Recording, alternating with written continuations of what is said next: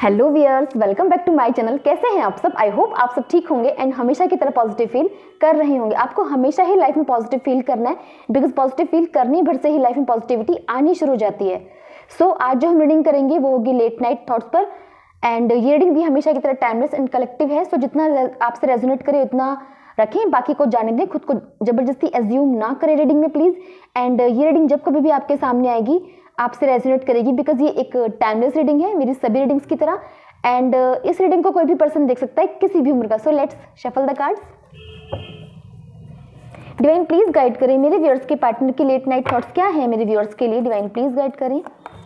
So first one is 4 of sword, queen of wands, king of wands, emperor, 6 of wands and bottom से है star. Cards clarify कर लेते हैं। Divine please clarify करें 4 of sword को। 4 of sword यहाँ पर क्यों है? High priestess. Queen of wands को क्लैरिफाई करें, क्वीन ऑफ वॉन्ड्स यहाँ पर क्यों है? 2 of pentacles. King of wands को क्लैरिफाई करें, किंग ऑफ वॉन्ड्स यहाँ पर क्यों है? This is 9 of sword in reverse. Emperor को क्लैरिफाई करें, एम्परर की एनर्जी यहाँ पर क्यों आई है? लवर्स। 6 ऑफ वॉन्ड्स को क्लैरिफाई करें, 6 ऑफ वॉन्ड्स यहाँ पर क्यों है? 10 ऑफ वॉन्ड्स एंड बॉटम से है जजमेंट। सो व्यूअर्स पहले राशि की बात कर लेते हैं। राशि यहाँ पे करंटली सारी प्रेजेंट नहीं है। जो राशि यहाँ पे प्रेजेंट नहीं है वो है कैंसर, स्कॉर्पियो एंड पाइसेस, यानी कि कर्क, वृश्चिक एंड मीन राशि यहाँ पे करंटली प्रेजेंट नहीं है।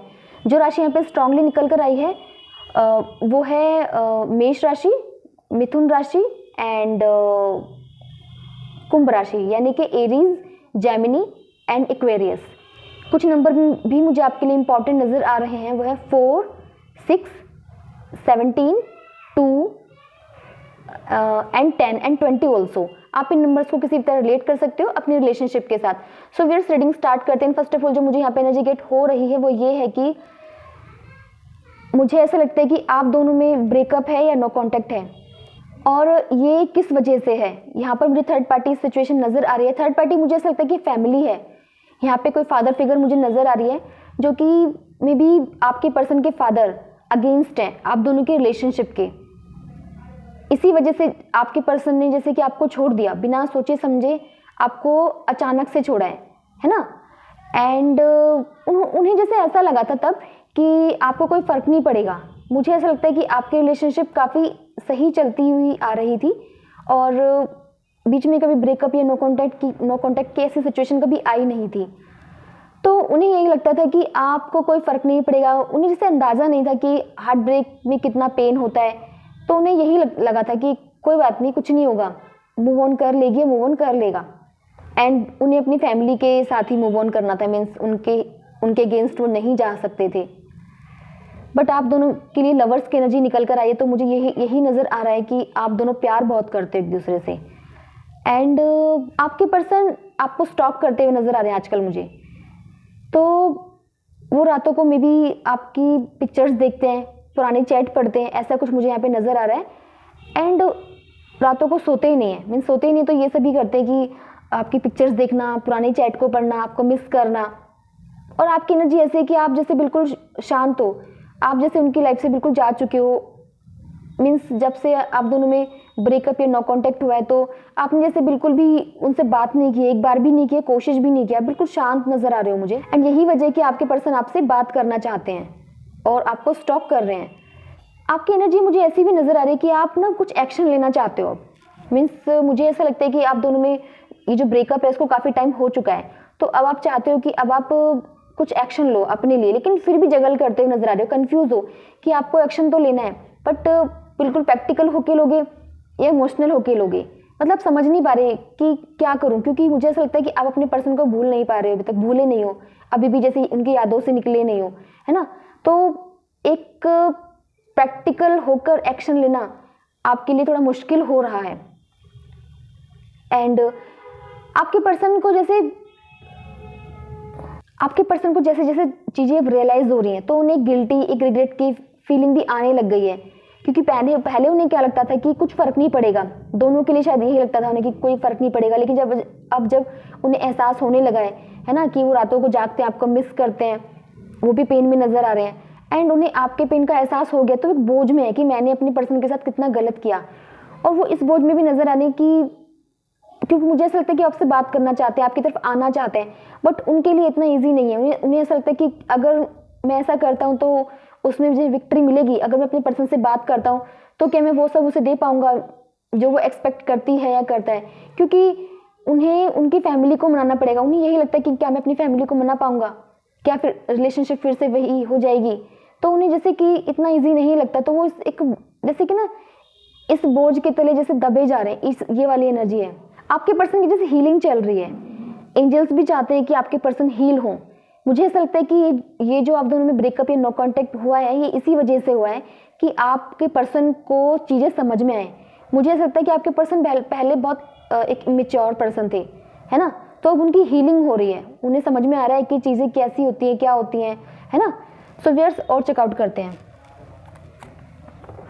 डिवाइन प्लीज गाइड करें मेरे व्यूअर्स के पार्टनर की लेट नाइट थॉट्स क्या है मेरे व्यूअर्स के लिए, डिवाइन प्लीज गाइड करें। So first one is emperor, 5 of pentacles, ace of wand, ace of pentacles, wheel of fortune, hierophant, and bottom से है 7 ऑफ पेंटिकल्स। सो व्यूअर्स, तो मुझे आपकी यहाँ पे एनर्जी नजर आ रही है जैसे कि आप जो जगल करते हुए नजर आ रहे हो वो इसीलिए कर रहे हो कि आप वेट कर रहे हो कि हो सकता है आपके पर्सन के जो फादर हैं या फैमिली है मान जाए, है ना, वो डोमिनेट करना बंद कर दें अपने आपके पर्सन को, एंड आप इसलिए भी कंफ्यूजन में हो। आपको ऐसा लगता है कि आप मूव ऑन तो कर जाओगे, किसी और से शादी कर लोगे या फिर किसी और के साथ रिलेशनशिप में चले जाओगे। आपको ऐसा लगता है कि आपके पास सब कुछ होगा, लेकिन वो खुशी नहीं होगी जो आपके पास हुआ करती थी या जो आप एक्सपेक्ट कर रहे हो। आपके पर्सन ने क्या सोचा था? आपके पर्सन ने ऐसा सोचा था कि जैसे सब लोग मूव ऑन कर जाते हैं, है ना, रिलेशनशिप के बाद शादी कर लेते हैं, तो उन्हें ऐसा लगता था कि मेरे साथ भी कुछ ऐसा ही होगा और आपके साथ भी कुछ ऐसा ही होगा, तो कोई फर्क नहीं पड़ेगा।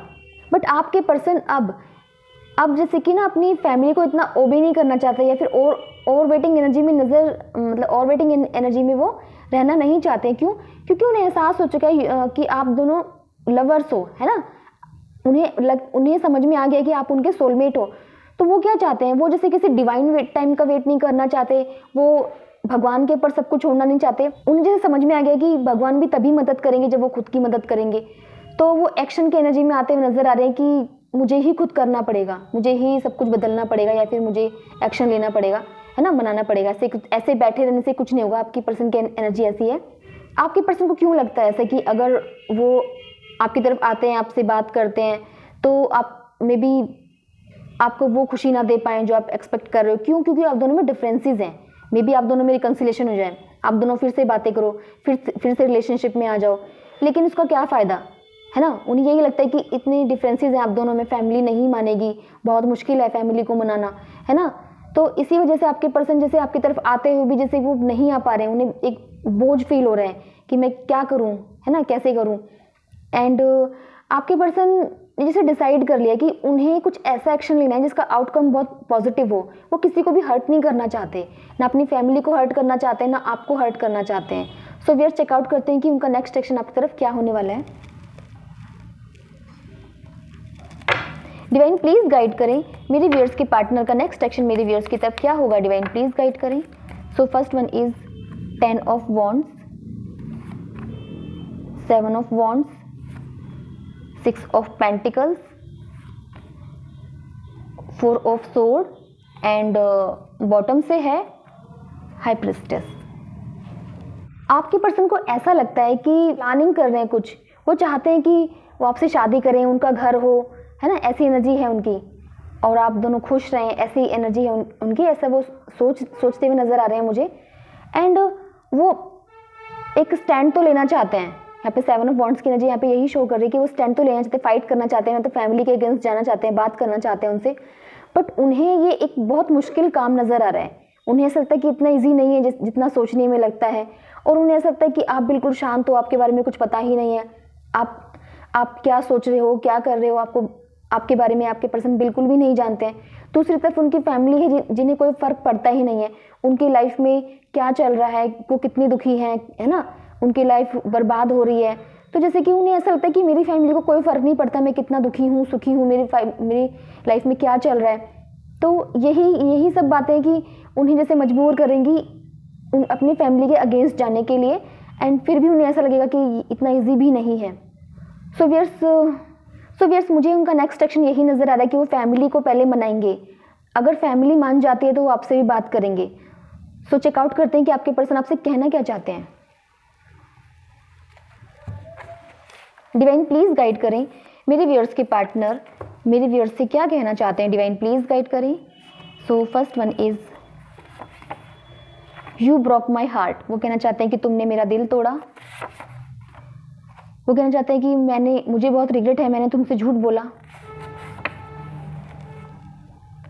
वो कहना चाहते हैं कि मेरे आसपास अगर कुछ मूव होता है तो वो मुझे तुम्हारी याद दिलवाता है। Give me a chance. वो आपसे एक चांस मांगते हुए नजर आ रहे हैं। एंड बॉटम से है your love fills my life with joy and meaning. So viewers ये थे आपके पर्सन की late night thoughts. I hope ये आपसे रेजोनेट की होगी। अगर ये आपसे रेजोनेट करती है तो प्लीज़ मेरे चैनल को सब्सक्राइब करें, वीडियो को लाइक शेयर कमेंट जरूर करें। सो मिलते हैं नेक्स्ट रीडिंग में। Till then bye and take care.